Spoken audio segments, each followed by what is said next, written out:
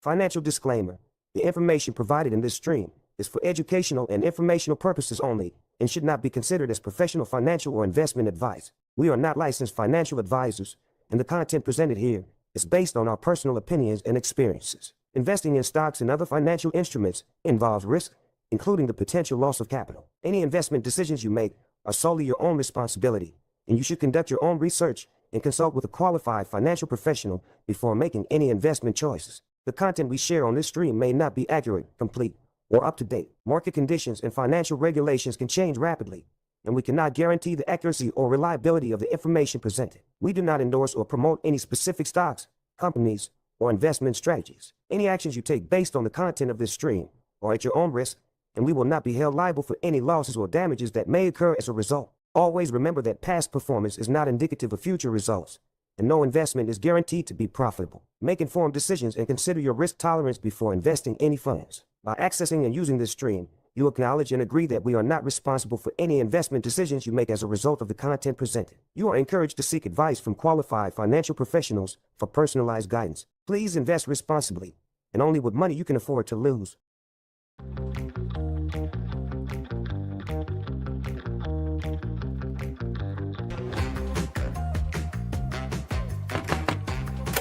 Hey man, just found the next guaranteed multi-bagger. Hey man, you found another one? What is it this time? Come check this out.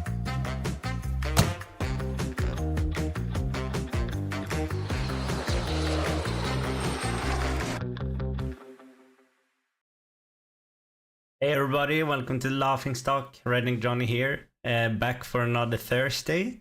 Been a bit of a slow week, I think. Not too many things going on. It's been negative for quite some of the days now, but today was a bit more up. Yesterday a few stocks started up and then they went down. So it's a bit interesting to see what's going on now. Sometimes the summers are a bit slow in the markets, I think, and I'm not sure how this one will be, but I haven't taken any new positions yet. I'm still waiting to see. I'm waiting for a few things. I'm gonna go through a couple of them today. As you know, Mastercraft is one of them. We're gonna check them later. There's been some new things on ALTO, which is my position right now. And other than that, I'm just waiting, and I'm sitting ready with some cash now. But I'm also like, I know Dane has been talking about a lot lately the charts and more the technical side, which we are experimenting with, the both of us, in a similar way. So I'm waiting on a few things on some of the tickers that I'm following on of course a bigger price drop initially, but then also some technical indicators that needs to hit before I want to start to take a position and maybe average in a bit, because we need to use the things that we are testing to see if it works or not. So I'm gonna be a bit more disciplined on those things now and try to develop like a strategy. And I know Dane talked about it on Tuesday, but we have gone through a lot of the investors that we respect and follow, and for example, if you look at Michael Burry and you go through his picks, he pretty much nails it on some of these indicators that we are looking on lately and trying to test out. So it definitely has something, even if you read some of the interviews that he has given, he talks about technical analysis and how he uses it, and he uses it on a basic level. It's not super complicated what we are trying to do even, but it's just another thing to look at and to add to the style, and I think it will help if we make it work. I think it will help maybe mostly to actually know when to trim positions and when to maybe take all your profit and go out completely, and then of course you're gonna see us get it wrong sometimes, but I'm just waiting for a couple of things in some of the tickers that I follow. I pulled up some interesting ones for the tracker today. If you see the headline of the stream, it's like we are always looking for the new next thing, right? But I'm also focusing a lot now in my tracker sheet, because I've added quite some tickers there now in total. So I'm using it actively almost daily, and to see if some stuff that I'm tracking is reaching the levels that I want, or the levels that I find it interesting again. So I'm gonna pull up some familiar ones as well today. Maybe that's where you get the opportunities for me that I'm gonna add. I have a small cash position now. Compared to Alto, it's nothing, but I want to jump into a few tickers again. And even if the portfolio doesn't it doesn't affect it too much in terms of actual money put in because Alto is such a big position for me. I can see if I can, even on small position, make hit my targets, which will give me more confidence as well moving forward that we are on the right track, and maybe after being it also, I want to get that loss back. We are trying to reverse that and get the loss back before the end of the year. So I need to participate more, and yeah, I'm still in process of that and still waiting on a couple of things. So that's where I am right now. I pulled up Alto here, just the Twitter account to Justin, because there's been some tweets now lately. It was yesterday. He's still very bullish, and he's remaining bullish with his thesis that Western plant assets it's worth around 100 million. So he's saying here, and Alto has been dropping like crazy lately. It's like, for me, very annoying to see it just goes down and down, but it has been in this territory before, like a little bit more than a year ago, and I'm tempted to add again, but I think, like I just said, I think I will focus on other tickers. But Alto is cheap at these levels, in my opinion. I find it a bit crazy. So and if they actually ends up selling these Western assets, which is pretty near term actually, that's quite a bit compared to what the market cap is right now. So and that can happen in the near term. So Justin saying Alto is significantly undervalued here. Alto assets are likely worth over 10 per share. The separating of Western assets on financials, which happened it was in February or March or something, that we saw that for the first time, as well as continued management comments about the desire to unlock value for shareholders and divest assets, combined with the guided announcement of material carbon sequestration news around the end of summer, leads us to believe that sale of the Western assets continues to be extremely likely. Based on our research, we believe the Western plants will be valued over 100 million to potential acquirers. And then he's like debating a little bit in the comments here. And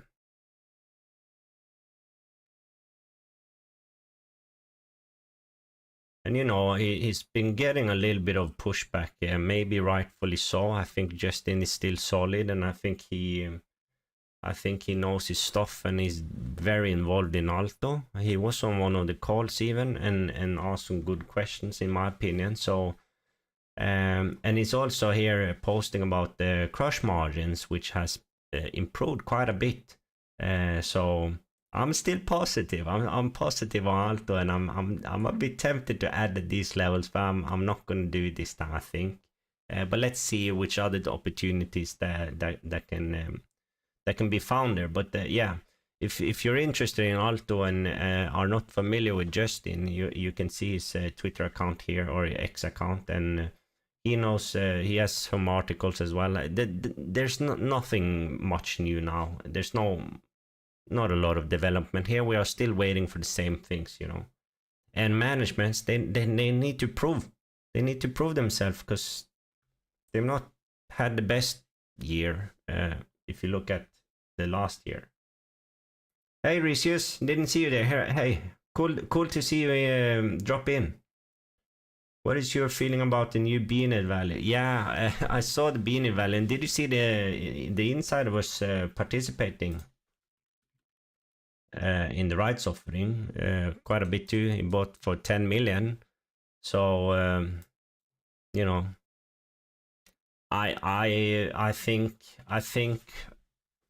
to be honest, Recius, I think that our thesis was a bit, you know, it wasn't wrong. It was, we didn't expect it to be diluted this much, but it might end up to it might end being played out like we were discussing in the streams at the end here. And I need to really look into BNet again for me to jump in again. I'm a bit hesitant. Because I mean, they must have been very forced to do what they did, management, but at the same time, apparently they had that offer that they declined.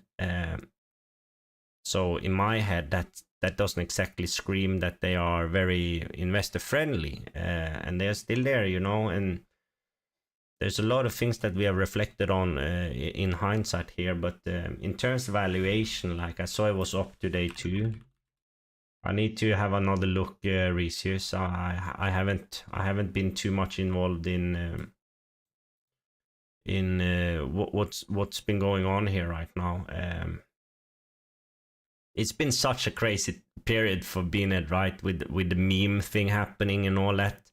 And now they had the reverse split and everything like that. So yeah, but like we had like the thesis was Recius. The thesis was that if they can just manage the debt, this is extreme potential.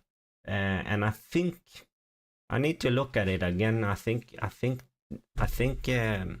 if you give it some time, this still stands, you know. But it completely screwed with the current shareholders at the time. So maybe if you jump in, let's see. This might drop again, you know, tomorrow. We have seen that 100 times before with BNet. So yeah, I'm not sure what fair value is right now, Recius. I would have to go through the whole thing again. Do you have some comments on what's been going on there now? It's still on my radar. I'm gonna check it more out, and I'm sure Dane will check it out as well. But right now I've been kind of try to put it in the rear view mirror a bit and just see where it lands. And I think because I'm not based in the US, I'm not 100% sure if this is right, but I think that my broker wouldn't necessarily be, you know, allowing me to participate in the share offering, which pretty much screwed me completely over here. So I just fell off BNet a bit after I sold out, and but I've been as you know, we have been talking about it almost on every stream after also, because we talked a lot about it, and we generated some interest on the channel too about BNet, and you know, we were active on Reddit, so people have been asking us about BNet, so we have talked a lot about it, but and then the crazy meme thing happened, so it's just I don't know where it is anymore. But we always talked about this, that after everything happens, we will see where it lands and then reassess a bit, you know. So 9 might not be a bad valuation at all, Recius. But let me know what you think, though. And are you involved still in BNet, or how's that going?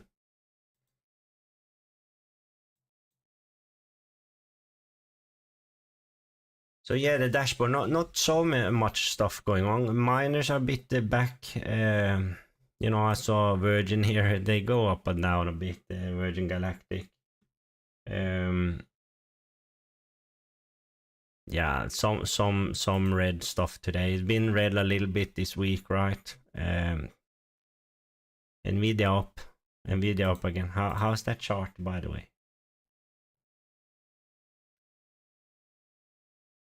Not a bad looking chart.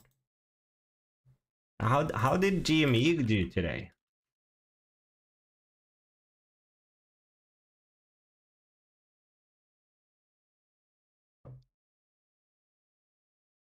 Congratulations to everyone involved.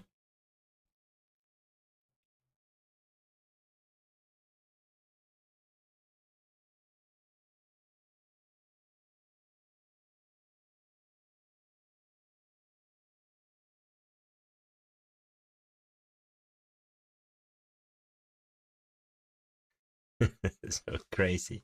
Everything now is so crazy. You should probably, if I had more cash freed up to just play around with, I would for sure take some positions in some of these meme stocks that has been going on lately. No doubt about it.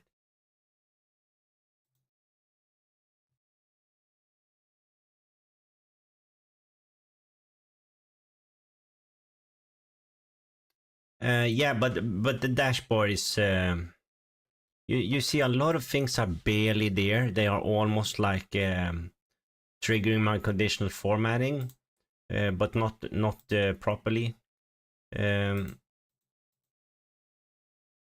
So you see a lot of things is pulling back a bit, and you know the general feeling about the market is a bit still uncertain. So yeah, let's wait and see what's going on here. Internet down again. And Solar, what is Solar doing? Solar is almost down also 2.5%, so been a bit sideways now. If it pulls back and continues to be sideways, might drop down here again. Been keeping in been looking out for some of the solar companies, but I'm not sure about it, to be honest. A lot of them don't make money. Uranium, it's giving back some of the gain here, but it's interesting to see, right? Could pull back from here, up again, I mean.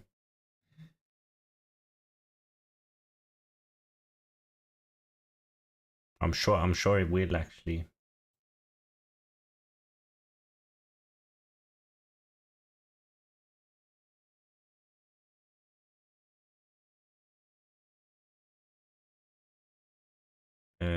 Let's check out this one.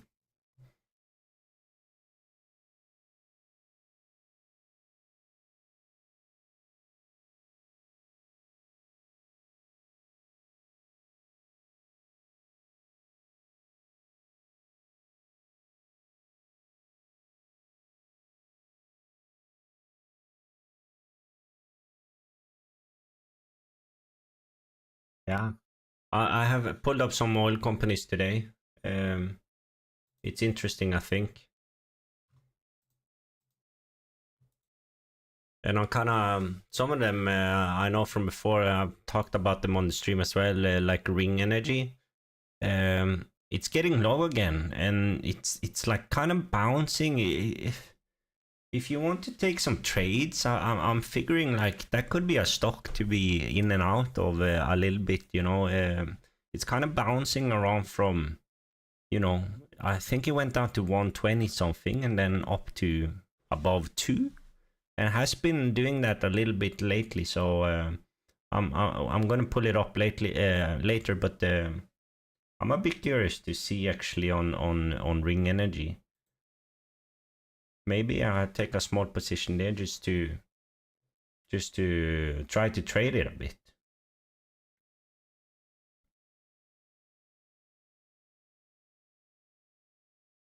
Metals and mining. You see a lot of these charts though. What is steel doing? A lot of things has had some pullbacks now. And lumber. Same there. Corn and wheat is interesting for ALTO, right? Corn a bit up again.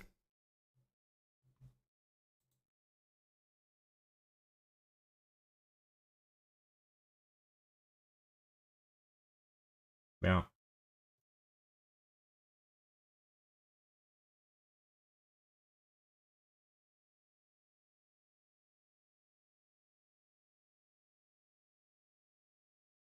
Rare earths is down. This is interesting. Could break down below this one, which is a 50-week low for them.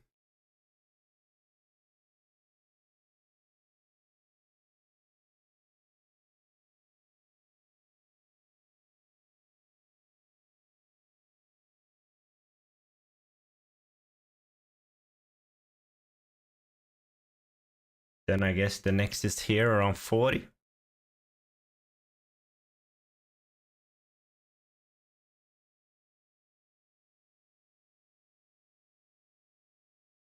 Maybe here first, 44. Yeah, keep track of things.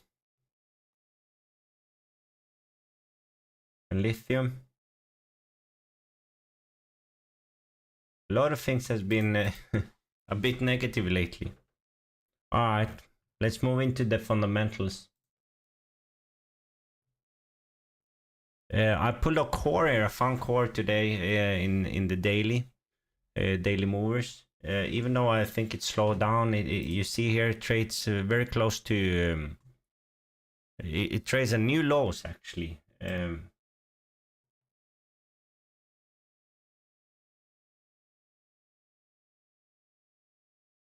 So it's look at this chart. This is a weird looking chart though. Pretty new company, and then it just looks so ugly from the entire year, right? Going from 21 to where it is today, a new low 670, and still pretty high market cap. So watch out here. Revenue is up, but so is share count. They show up as safe, so they don't have much debt here. And look at the cash position. Saying that though, they've had the cash position like that for some time now. Earnings is still negative, so I'm not. And they trade above book even, and they do generate free. I mean positive operating and free cash flow, but it's not a lot, right? A little bit of a short interest here.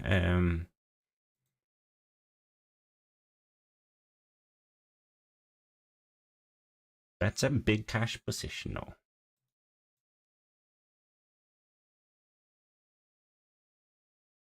Let's check if that is accurate.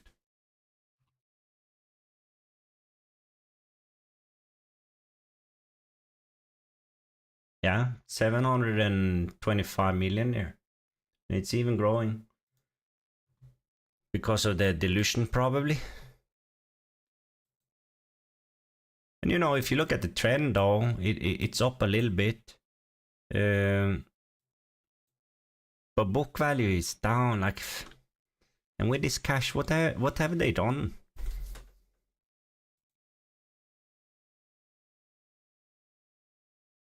It's just sitting there. What is operating expense? A bit all over the place, but down from last year, of course.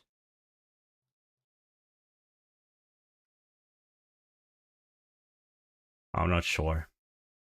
Like straight off the bat, I don't like this a lot, to be honest. Margins.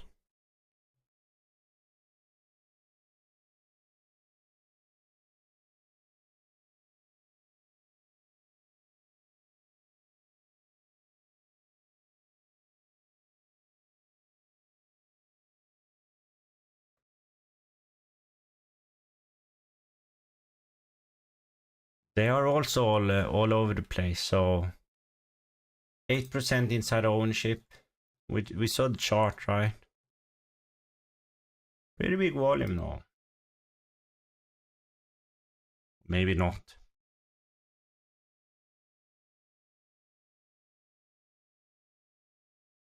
The average volume is 2.3 million. So just looked a bit consistently, yeah, here. Doesn't move much in terms of that up and down days.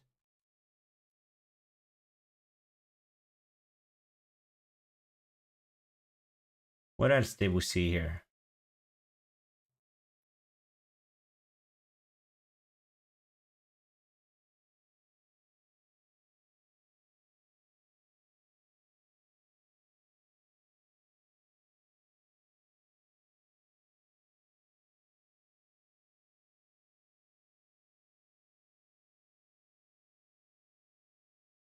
Well, straight off the bat, I'm not super interested in this one.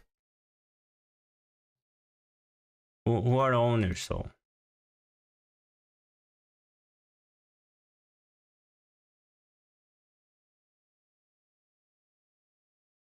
These people are selling a bit. Big ownership though, 16%. Haven't heard of this one. Scottish. Or maybe this is a city in USA, I don't know.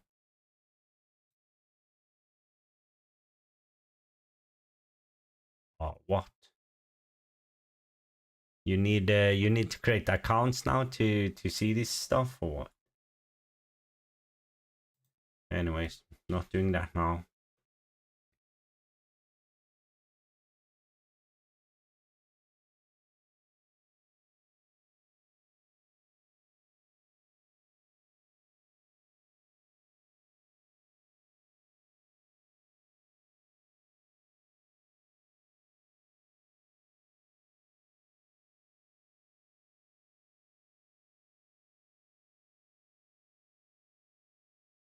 There's a lot of people who have been adding though.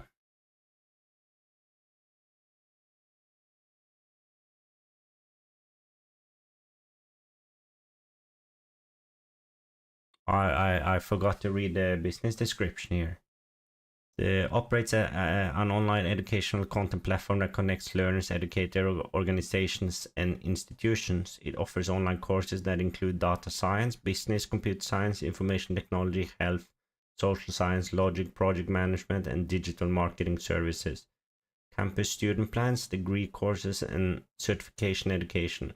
Coursera was formerly known as Kandu and changed its name to Coursera in April 2012. Based in California. Nah, I don't like this company too much, to be honest, at first glance. Let's check Seeking though. Maybe there's some good articles or comments. Some buy ratings though.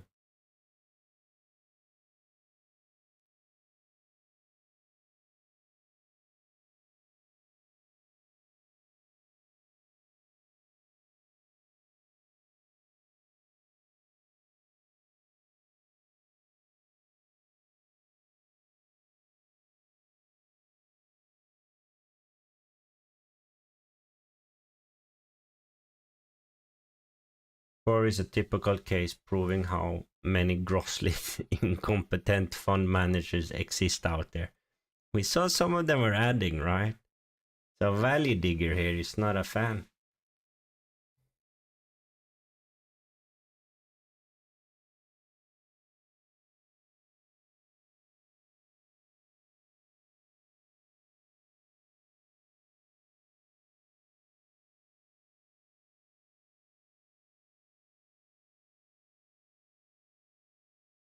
Talking about a lot of them bought in here at very high levels.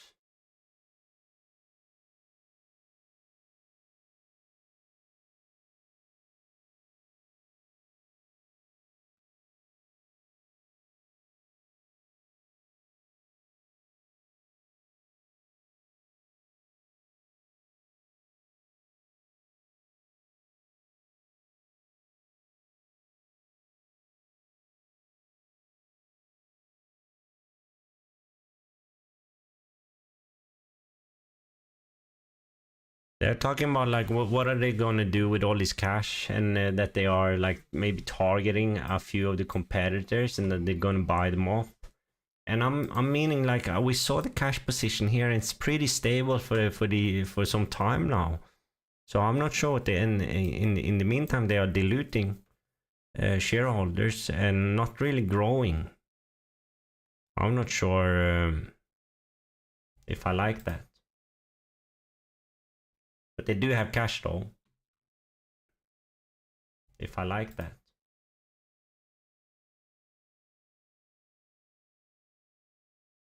If I like that. With a high B2C component, I think their LTV per consumer is low, unless the sticky part of the recurring revenue stream. With a high B2C component, I think their LTV this would be a tough business model. I dipped my toes in at 12.25 recently, hoping for favorable short-term trade. Okay, so people are not fully convinced here. A bit similar to what I'm seeing as well. I kind of don't like this at all. People are not fully. I've been smoked by this one. It has declined 9 out of 10 days in 2024. Sort of incredible. Yeah, look at this. Look at this chart. That can make you worried. I'm glad I wasn't involved from here. All right, moving on. Next one. I didn't like it too much.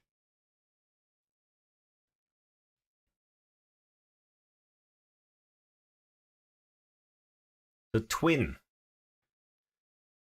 Incorporate designs, manufacturing, sells marine and heavy-duty off-highway power transmission equipment worldwide. It operates through two segments, manufacturing and distribution. The company's products include marine transmissions, azimuth drives, surface drives, propellers, and boat management system, as well as power shift transmission, hydraulic torque converters, power takes-off, industrial clutches, and control systems.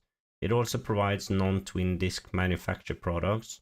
The company sells its products through a direct sales force and distributor network to customers primarily in the pleasure craft, commercial and military marine market, as well as in the energy and natural resources, government and industrial markets. They are based in Wisconsin. So 172 in market cap. They generate almost 300 million now in revenue, which has actually increased. The margins climbing up a little bit.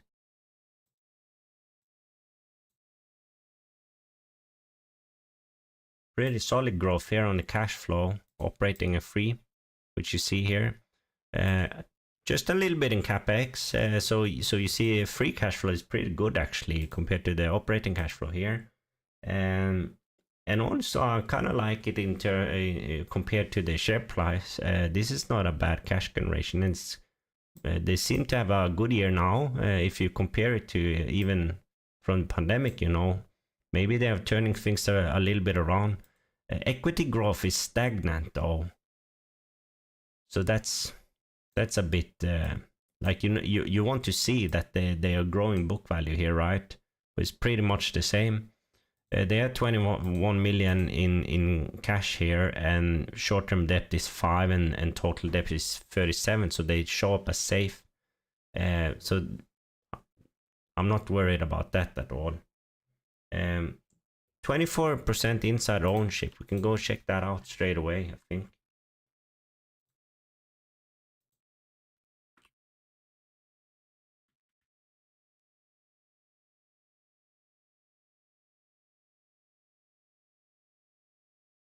So this guy owns the most, John H. Batten.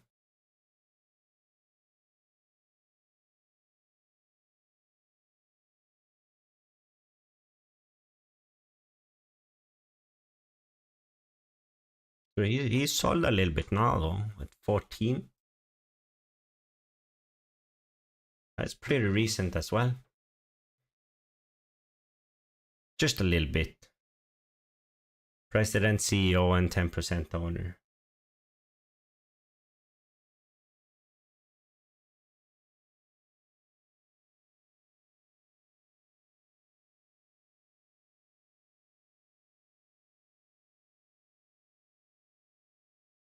Seems like they are paying some kind of dividend or maybe a special dividend, and earnings is also up now compared to last year too.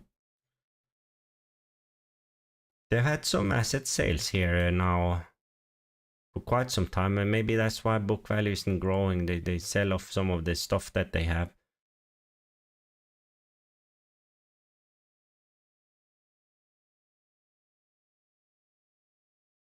Just a bit curious though, because this chart looks a bit promising, right? And then you have a big drop now. Not too long ago, you could get in on around 8 to 9 bucks. That's a double.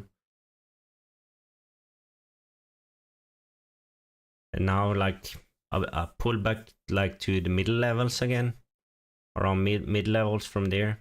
RSI is moving towards O solid.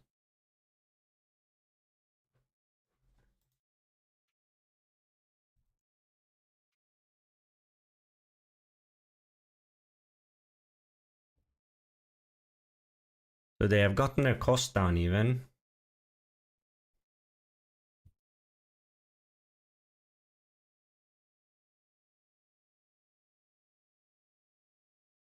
I kind of like this, but I'm curious to see like why is this year so good for them? Maybe it's cyclical, and that they are now in the beginning of a cycle or something like that. But could be also turnaround stuff that is going on. So I want to check out like management and also some articles here. But first, the owners.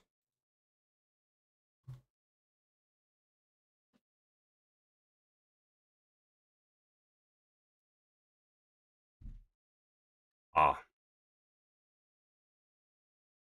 I guess I have to create a profile here. All right.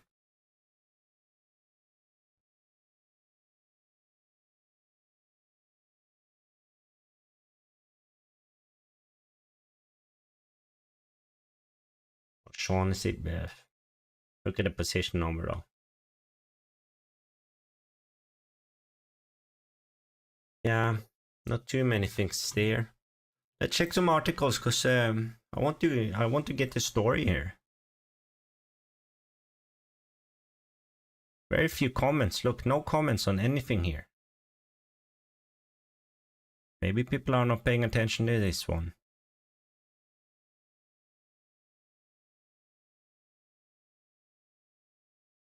They are acquiring to all cash deal valued at 23 million.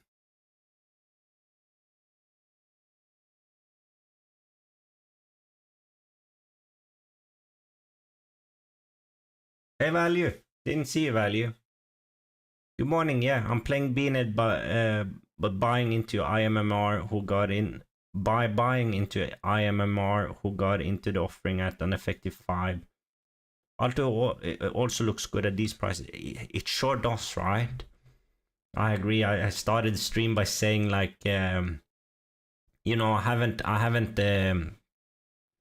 What do you say it in English? Like I haven't expanded the portfolio, or diversified, and got new tickers. But I have a cash position now, and I'm actually tempted to average more down in ALTO because I think it's crazy, to be honest, that it trades at these prices, 136 or whatever it was right now.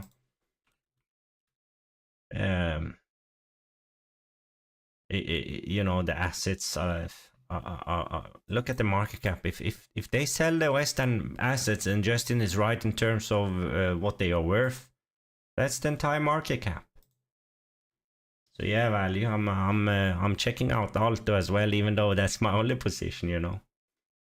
But keep us updated on BNet though. I got some questions here from researchers what I thought the value of BNet right now, like if that was justified or not. And I had to tell him I've been zooming out a little bit on BNet, but you know, Dane and I have always said that we want to see after the reverse split where things lands and stuff like that to reassess and think about it again, because the thesis we had all the time was that if they can make the balance sheet look a little bit more pretty, there's upside there, you know, which they haven't now done with the debt issue taken care of. But yeah, I'm not right now. I'm not interested in moving into BNet, but I think you have a good strategy going on there, though, value. Keep us updated on how that goes. But yeah, not many comments or anything here. There's some technical analysis articles. I'm not sure if I'm going to read them. And the last one is from almost a year ago now. Strong free cash flow and electric solution could push the price up. What was the price back then? So it's down since then.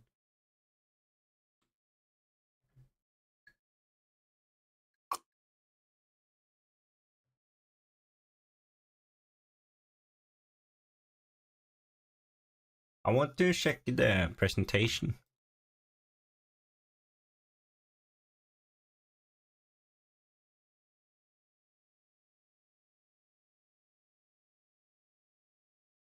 Oh, so they have just completed the acquisition then. Sorry.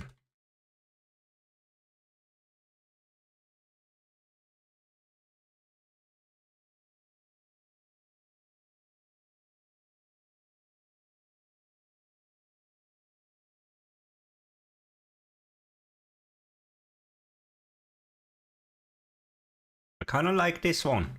It's interesting to see the improvement they've had. They just approved dividend, so it wasn't a special one.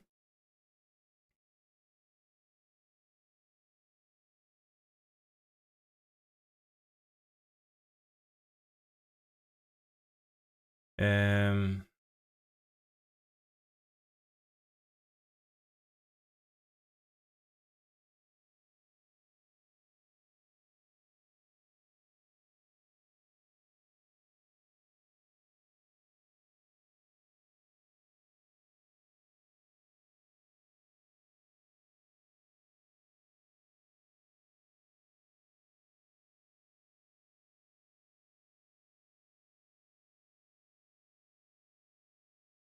just trying to find like a presentation, but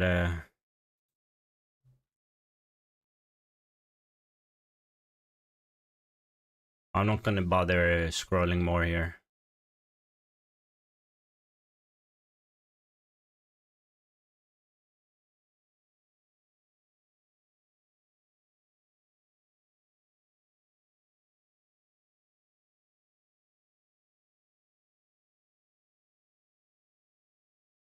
Just the quarterly presentations. Just check one of them now.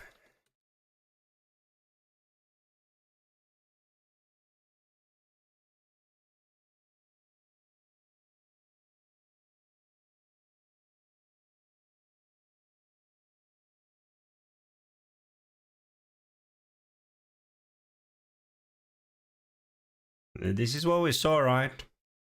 You can't deny that, but I'm just curious to see if they can keep it up.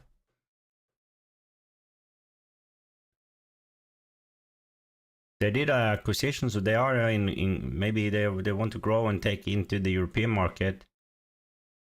There, Katsaoi.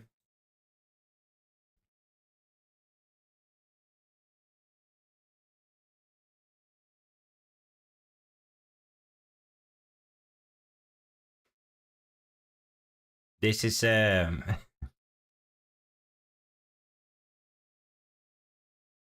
know, one day we're gonna be doing the streams from this kind of boat. And Value and Reese's and everyone else, you're gonna be invited.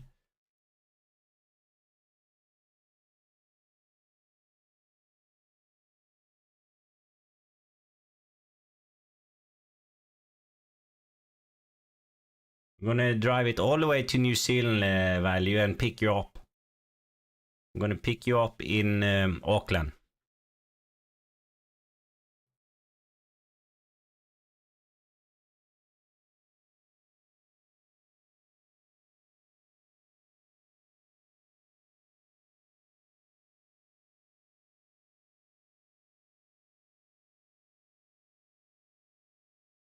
Anyways.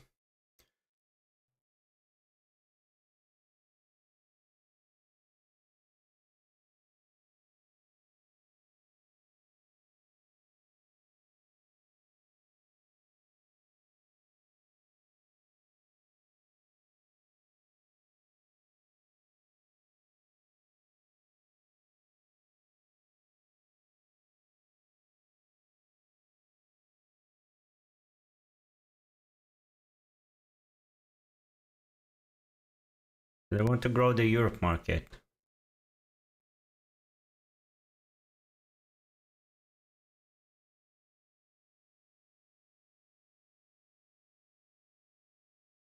We saw all this, right?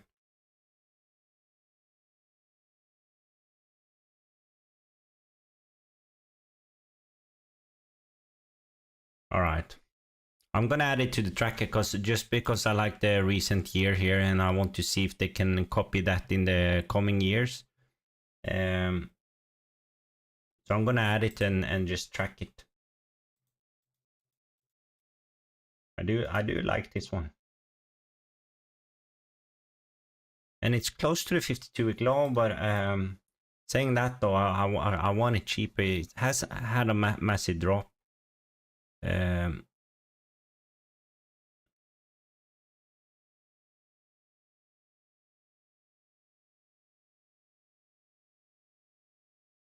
I'm not sure, like for upside,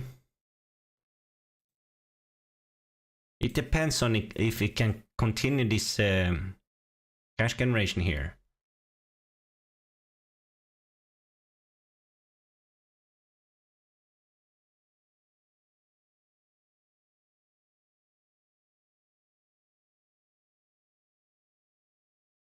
But right now, I think it's like this valuation is not a bad one. So I would need a substantial discount to the current price, I think. But look at the drop. Could get it. I'm just gonna add it. Twin.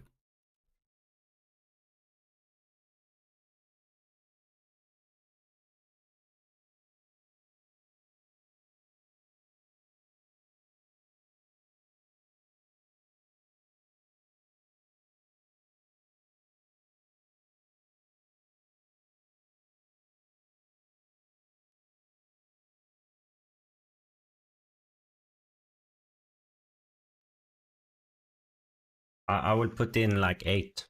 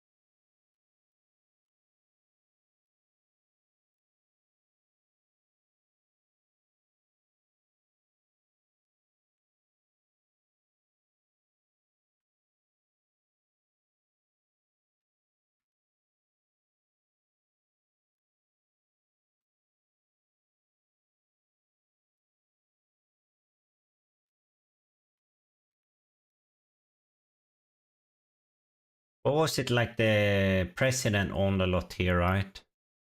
But he has been selling as well. But the John Batten, president, CEO.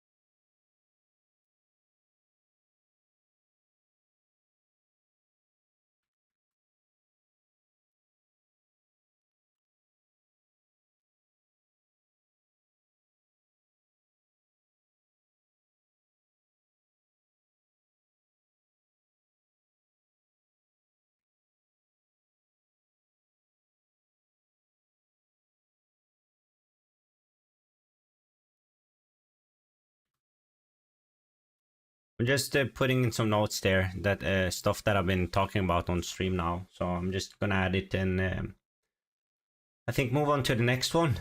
Twin. Good stuff.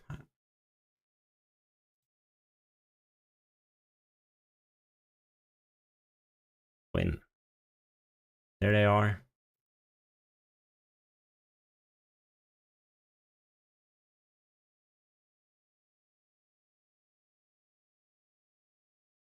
Right, next one is BATL. Now we are moving into stuff that I already have in tracker, but these are looking interesting to me.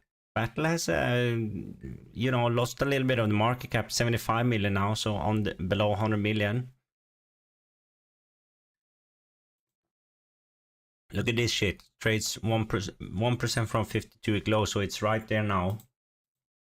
16% down today. Look at this weird looking chart. Big drop here.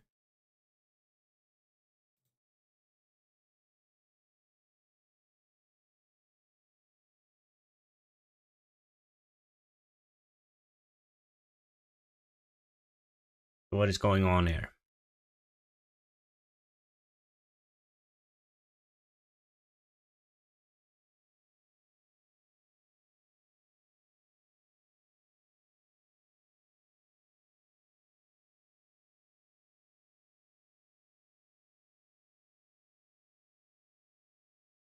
No comments?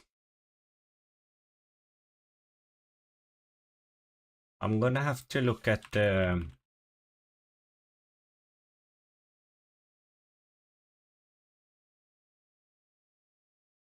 conversations here at Yahoo Finance, I think, because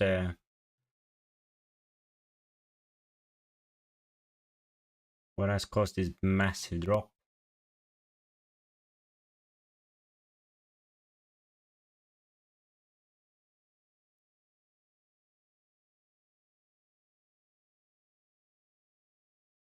Amends merger agreement with Fury to extend termination date from June 12 to September 12.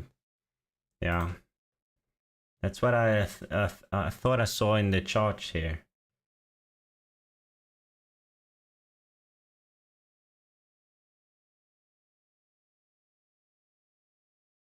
What did they say about Fury here?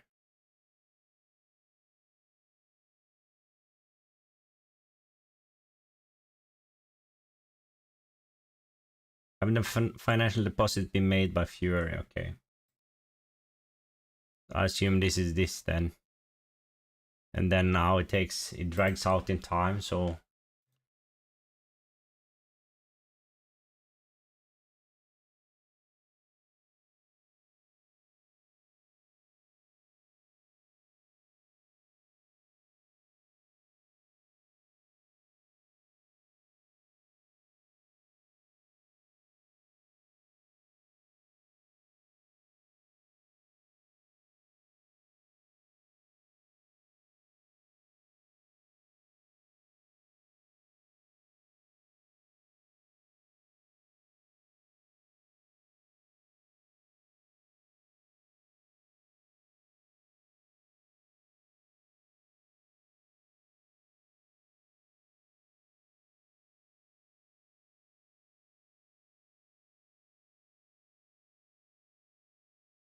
I had to revisit it. I haven't revisited it in a while, this one. So I missed a little bit out on this story. That's why I just need to waiting for the second deposit from Fury Resources. Fury Resources was unable to make, this article is from February, so a long time ago now, was unable to make its second deposit of 10 million by the January 23 deadline. It is now required to deposit 50 million by February 5. Failure to do so may result in either the deal falling apart or another extension. So it's been a bumpy road, it seems like.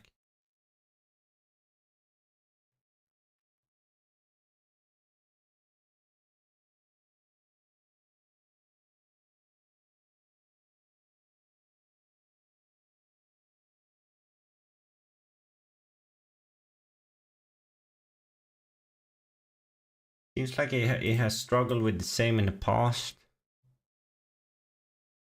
Maybe that's what this, you know, why it looks like this chart.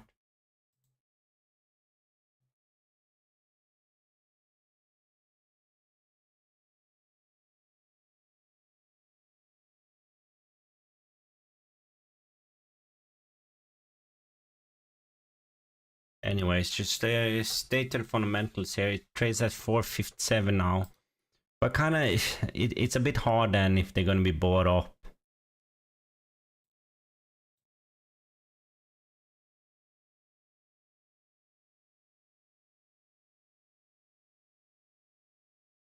Look at these 2 years. They were pretty good in compared to the rest here.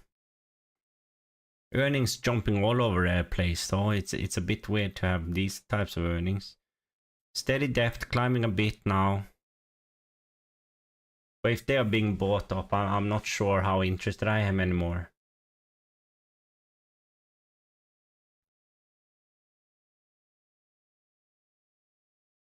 I think I'm just gonna skip this one for the stream today.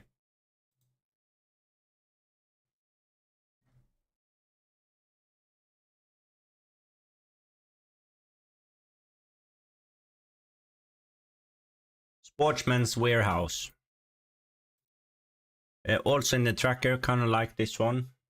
Sportsman's Warehouse, together with its subsidiaries, operates as an outdoor sporting goods retailer in the United States. It offers camping products such as backpacks.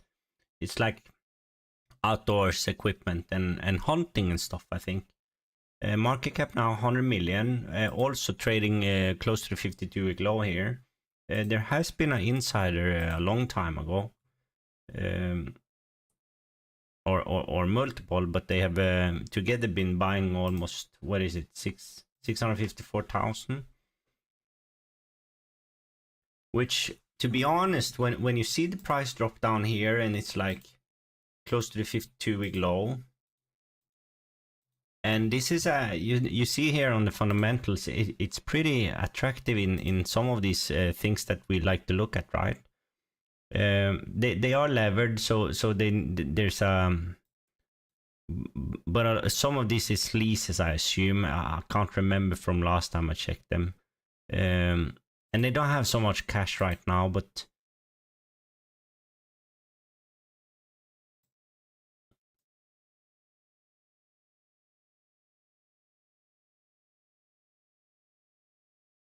what I was gonna say is, like, you want the management, the insiders, come in and buy here, right, at these levels, if and show that you believe in the company.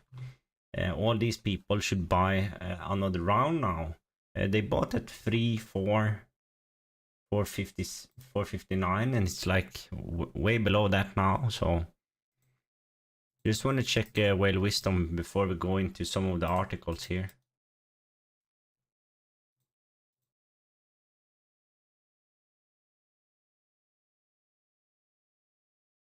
Who are these people? Can't look at the holdings anymore. I need to create a profile. I will do it off stream. Promise.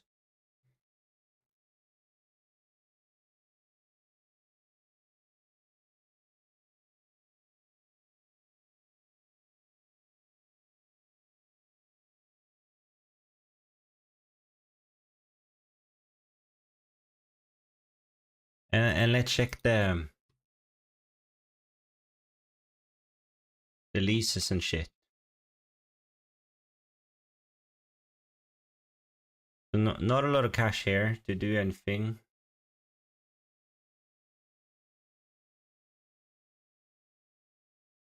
A revolver here.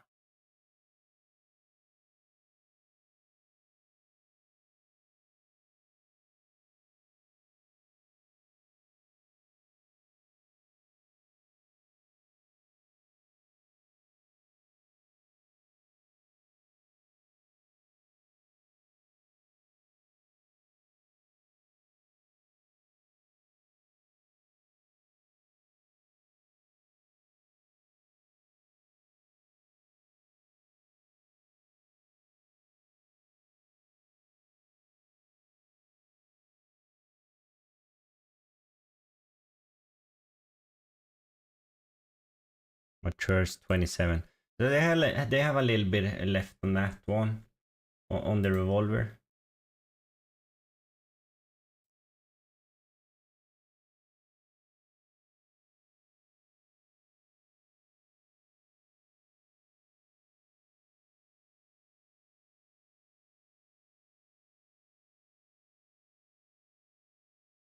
I like this one, which is obviously why they are already in the tracker, but I still like it now than when I revisit it. I don't think I added it too long a time ago, so not so much have changed. Let's check how much down it is since I added it.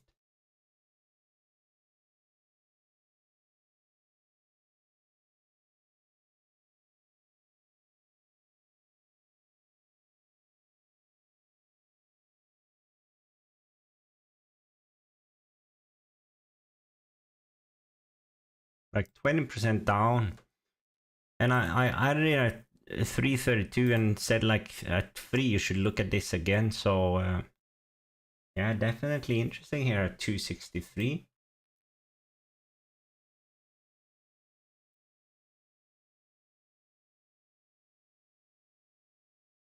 Seems like they are operating a bit tight though, and that something needs to happen here, but and that's what I'm saying also, like the insiders here should come in and buy, right? Some shares here.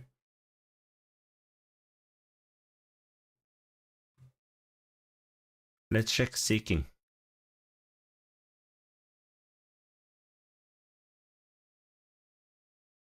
Cheap but risky after weak Q1 and strategic shift.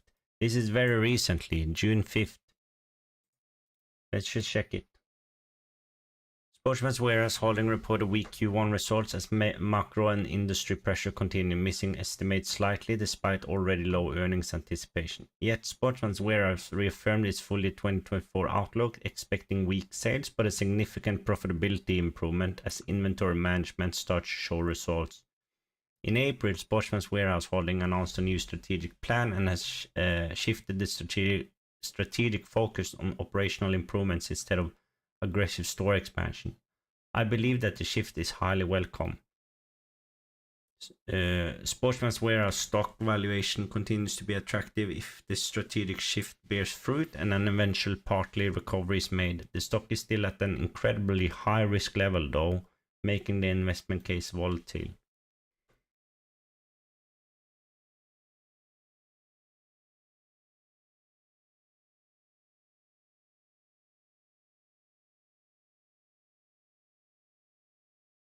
So what is this outlook? All of the results in Q1 were soft. Sportsman were reaffirmed the previous given fully. The company continues to expect 115 to 123 billion in sales and an adjusted EBITDA of 46 to 65 million, with the sales outlook down 10.7% to 4.5 year over year, but the adjusted EBITDA up significantly from 24.6 million achieved in full year 2023. I believe that the caution around the given outlook is wise, especially with the given adjusted EBITDA range. The outlook expects quite a similar revenue year-over-year revenue performance in full year 2024 as Q1 showed, but the adjusted EBITDA is expected to rise substantially even though Q1 showed a slight year-over-year decline in the metric.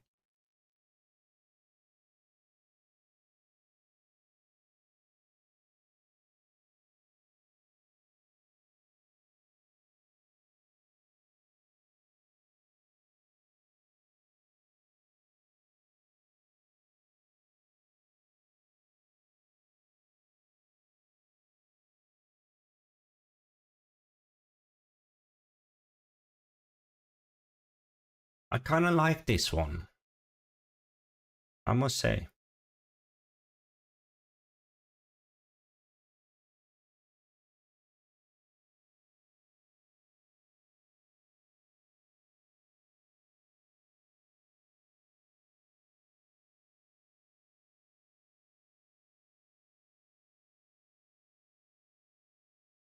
Oh, Timothy is involved. Or is he? What is he saying?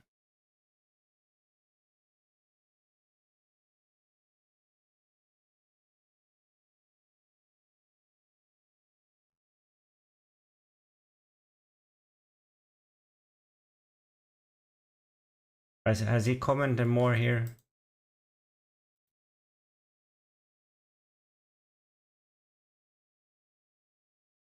Oh, he is involved.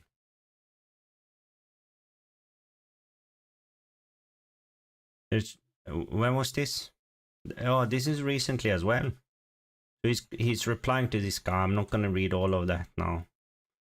There's really only one sale in question. Are they talking out their asses with their maintenance of annual guidance, or is there a true basis for them to project what they are? We just read about the guidance. Because if it's the latter and they achieve that, the stock is going considerably higher in 6 to 12 months. Longer term, the relevant question is, can they get anywhere close to historical earnings level? That will determine whether the stock gets back into double digits. So he's talking about here.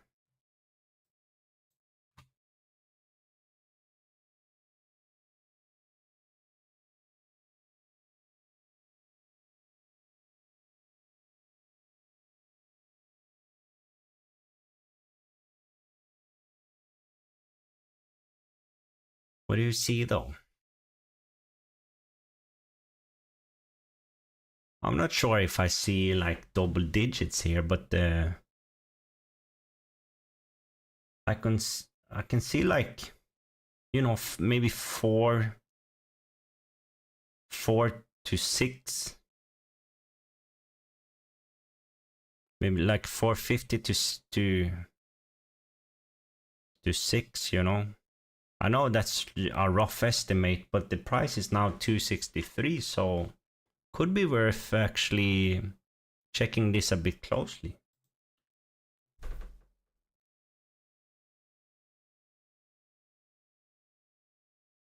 It recently also went up to 450.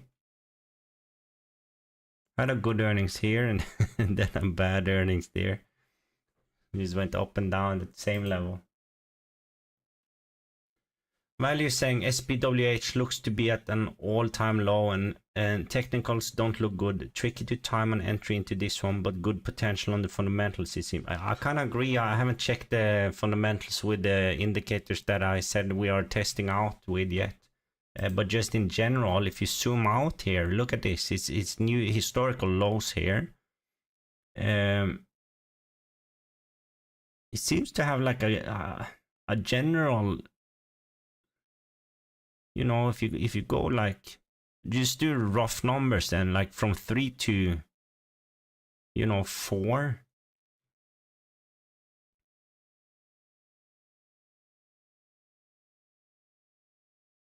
I think this is worth paying attention to, in my opinion, at least. I'm going to do that, I think.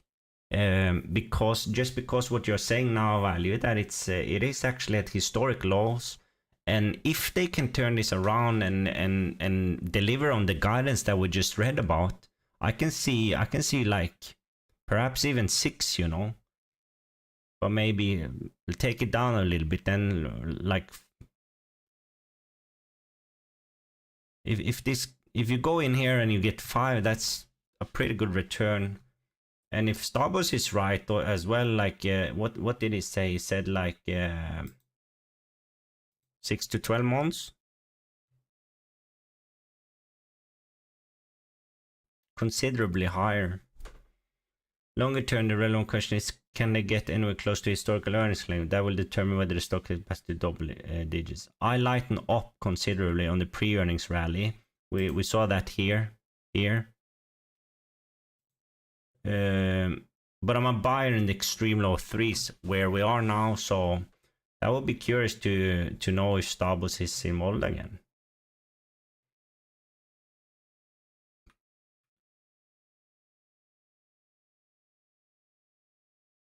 Any single unusual weather event cannot be directly attributed with unmeasurable certainty to global warming, and weather events have the chance of helping the company, arguable just as much as hurting them. Global warming has nothing to do with fundamental of this company. That's attributing politics to the... Okay, they are just discussing like points made here previously, I think.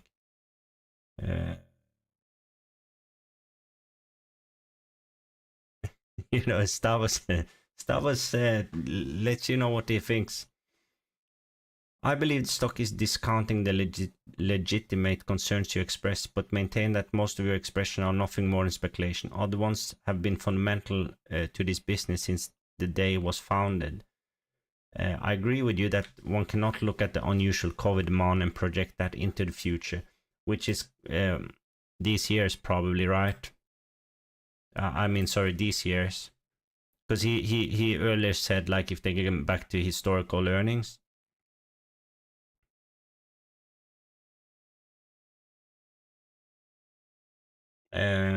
But normalization gets you a much higher stock price, and the company has a history of being profitable. I don't believe the model has been obsolete overnight, although there is no doubt the debt level adds sizable risk. There are some things we can agree on, but the stock is trading near a 10-year low. If they turn around, it is going much higher. I haven't studied their history of making or breaking guidance, but I do know that the EBITDA guidance they are maintaining would justify a much higher stock price. Finally, let's see if the insider step... That's what I said with the insiders, right?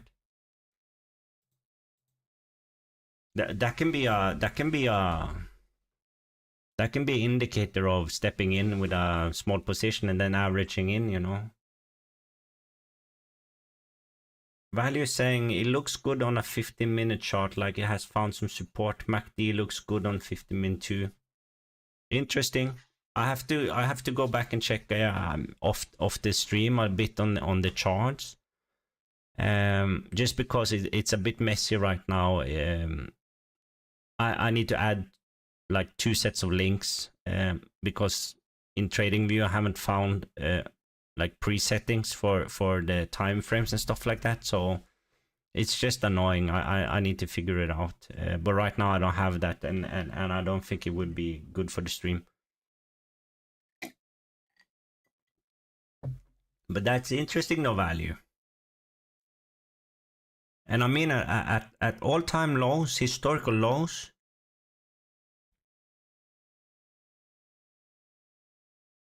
imagine if you get an insider here as well.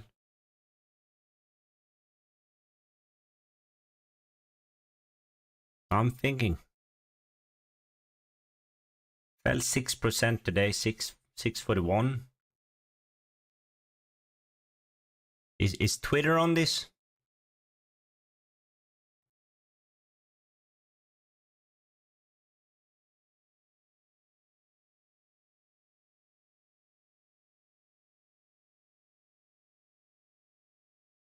Who is this guy? Carlo Canel. Did we see him? Oh, here. They sold out. Oh, maybe not out, but they have sold some. Who are they though?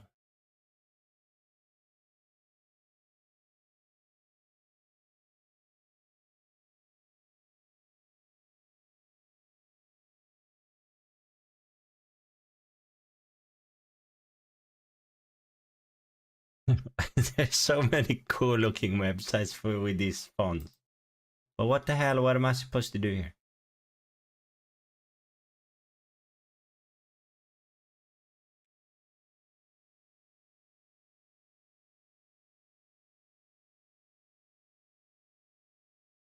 They are in a lot of the tickers that we are tracking.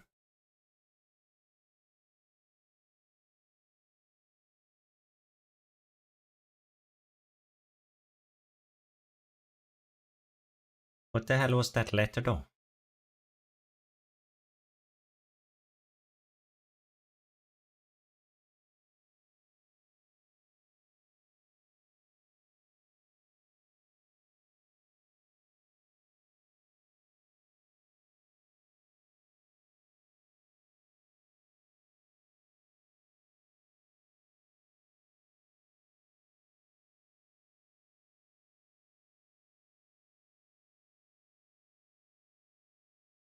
He wants them to like go down in their salary.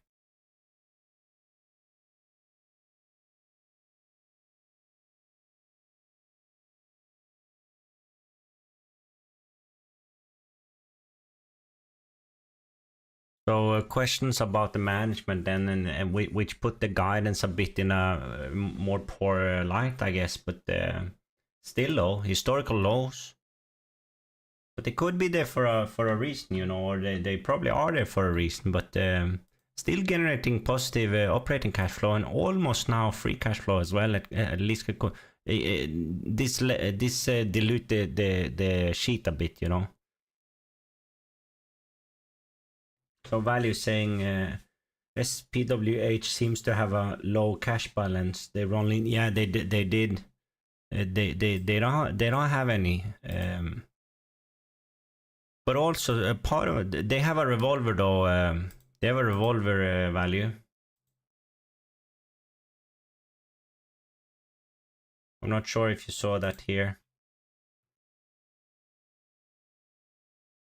They have a little bit left on it, I think. As of May 4, the company had 78,000 available for borrowing, calculated based on blah blah blah. So not a lot. They don't have a lot of cash. And the debt is big, but a lot of leases.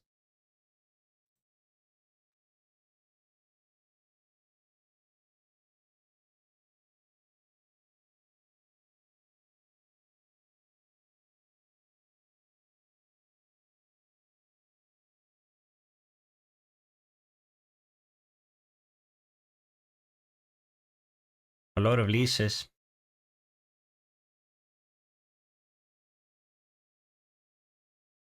I'm not sure. I'm not sure value. I kind of like this. I kind of like this at this level. I'm gonna. Of course, it's already in tracker, so I'm just gonna keep my eye on it. But interesting for sure. I think.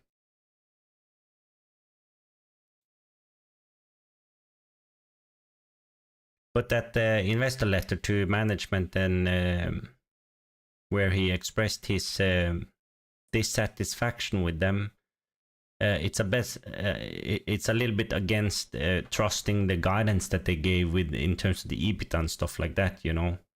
And look at this year; it's not a good year for them at all. But still, if they can do something here, I'm assuming the share price will rise. But well, I'm not gonna do anything more because it's already in tracker, so it's there, you know. But interesting to see Starbucks was here. Ah, damn it. Was it more on Twitter?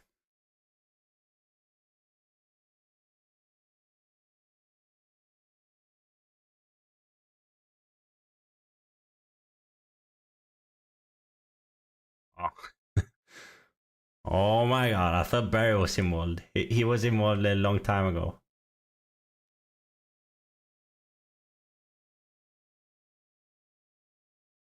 He's been in and out of them. He's not owner now, right? I didn't skip him.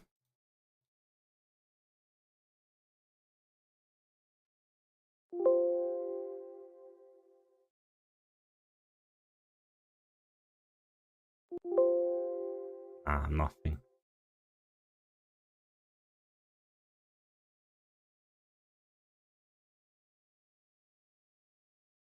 Oh, can't see the stupid holdings anymore. The fuck well, wisdom.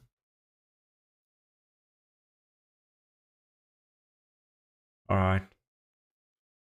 Now I'm gonna move on, but interesting for sure. This is one of the ones I'm gonna keep a close eye on, I think. Use data Roma, is that for the same stuff? Super investors. Alright. Oh.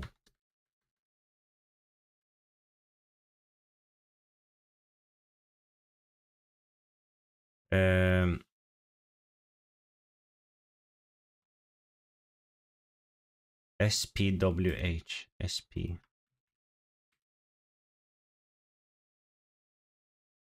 There we go. Thanks value, by the way.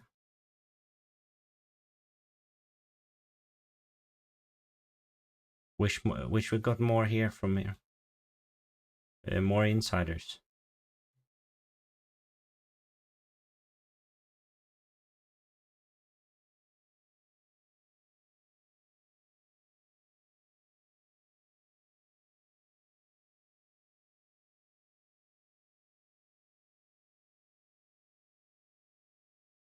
What did I do? Okay.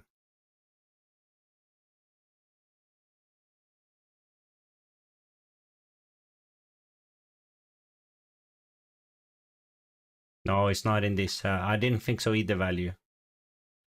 We have some history in it though, but that does mean shit right now, right?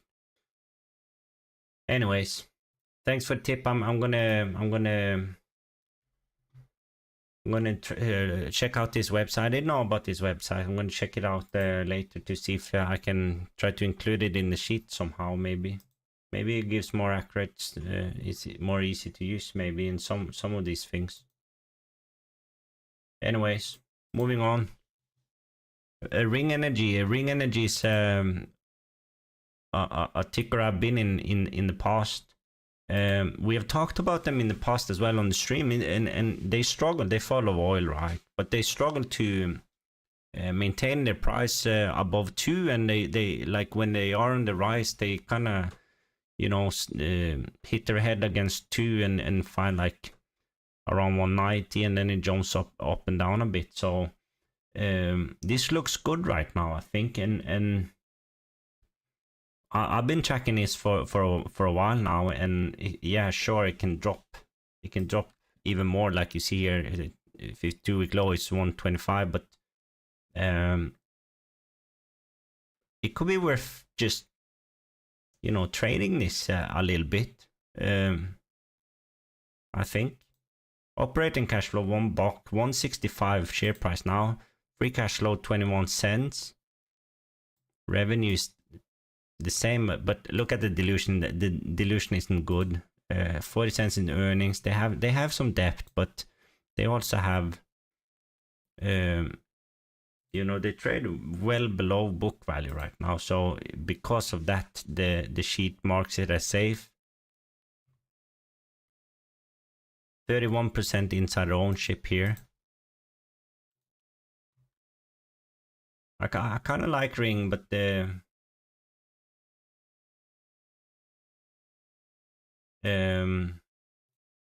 like I said, that they struggle to establish themselves above 2. So this would be like a shorter term of a play. Beneficial.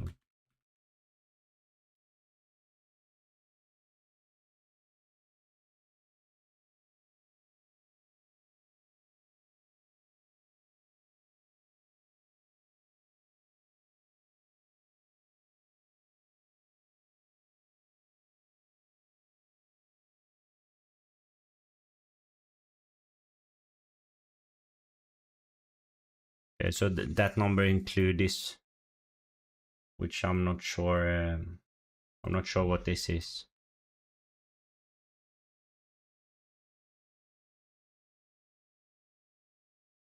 Warburg. I'm sure they are here then. Yeah, here. Well, and they have sold a little bit at 2. And look at this one, like December, beginning of December, it was at 167 as well. Just at today's price almost.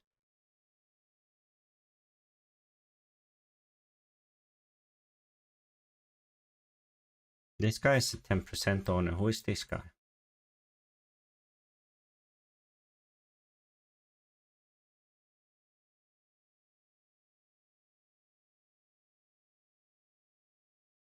All right.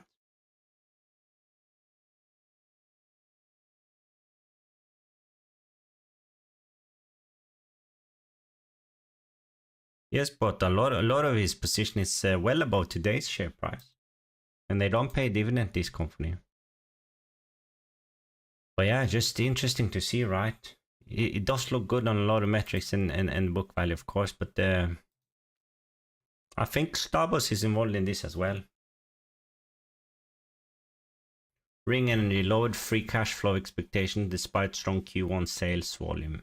This elephant knows a lot of the oil companies.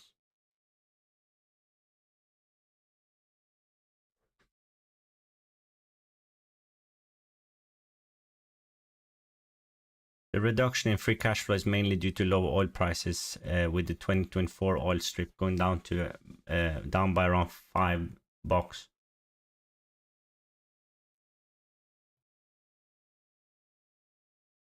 Just want to check the conclusion here.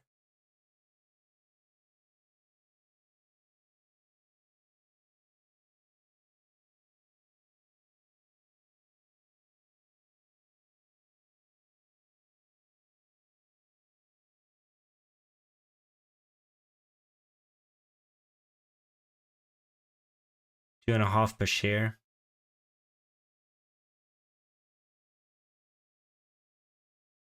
And you know, who knows what oil is going to do in this time.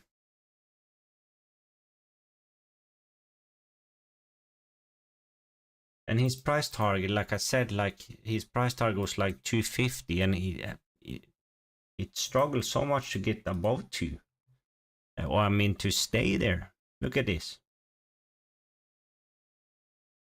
I think I bought it first here, around here, and then I rode it up here, and I thought I was walking on water almost, like this was easy, and then I rode it all the way back down again. And then I sold out for, I don't even remember if I think I took a small profit. But look here, all the time, like bouncing around close to 2, keeps dropping. And then it went all the way down here and then back over 2 again briefly and then down. So, and it does track oil, of course. But now I saw the drop. It's still 24% from 52 low though, so I don't know. I'm gonna check the technicals on it later, but I might wait here and drag my feet a bit. But if it gets towards the 125, it's interesting for me to take a position in this one, even for a bit more long term, not just trade it. And the depth is serious here, so the depth is no joke here.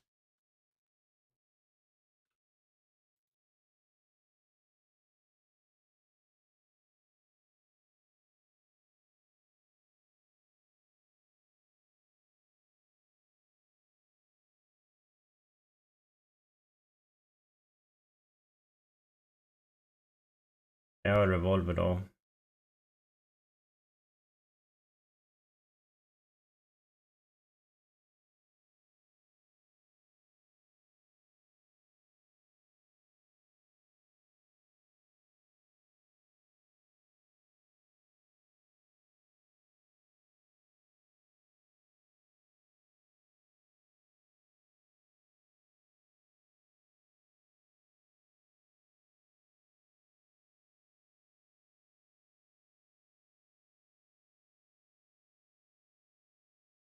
They do have that. Yeah, no, I'm gonna update you guys on what I'm doing here, but for now I think I'm just gonna, it went a little bit up today. I'm gonna keep tracking it and see if it drops more, but could be worth taking a position just to trade it, in my opinion. No investment advice, of course, but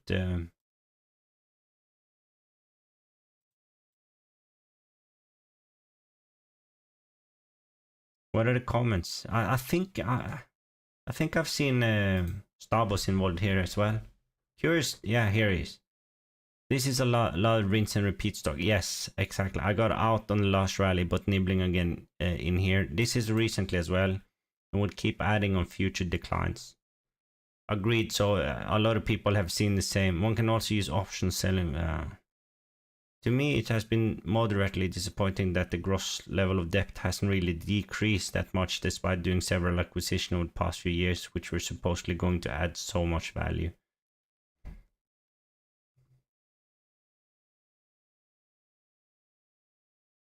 No, but a lot of people have seen the same then, how this behaves. So, but I want to get in a bit lower. I don't want to go in here and then average down, because I think it's too close to 2 bucks right now here. So I would need it a bit lower before I try to maybe jump in. But this is another one that it's high up on my list right now, and gonna increase if it continues to drop a bit. I'm looking at the time here, people, and I think I have to. I think I have to stop for today. It's a little bit of a shorter stream than usual. Usually we run about for like 2 hours, but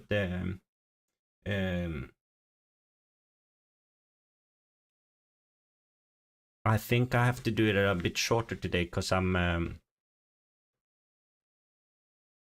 yeah, sorry. I'm just thinking. No, I've been a bit busy lately at work and everything. So, and tomorrow is a bit of a super busy day for me. So I need to get some more sleep than if I go, above midnight here. But so I think I will quit it here. I had 2 tickers left that I will save for Saturday with Dane. They are also. I have one of them, NTWK. I have it in my tracker, but the other one, AHCO, I don't have it in tracker. But I saw an article on it from Jeremy Bloom that if you want to do some research on it before we go through it on Saturday, I advise you to read the article from Jeremy Bloom. Since he wrote that one, it's up 20%, I think. I found that interesting, so that's something we can check on Saturday. I think I'm gonna save them and we can pull them up. And meanwhile, I'm gonna keep tracking things and see if they finally hit my price targets, or if the chart signals a strong buy or something like that. So I'm gonna update you on if I end up making purchases and stuff like that. And ALTO is another one. If it gets more cheap, it's well attractive for me right now to average down even more in ALTO. ALTO has some near-term catalysts for sure, so it's interesting to follow that as well. Thanks Resius and Bali for tuning into the chat and using the chat, and thanks everyone else who has been watching. But I think I will have to go now, and Dane and I will see you together on Saturday. And until then, I hope everyone enjoys their day and the rest of the week, and good luck with all your investments. I saw, Value, that you had some success with some of the tickers you have showed us, so I mean, congratulations on that, and nice to see that you are hitting some of the tickers here. We need to improve as well, Dane and I, and get some of the loss back from VNet. So that's what we're trying to do here. All right, see you later then, everyone. Bye bye.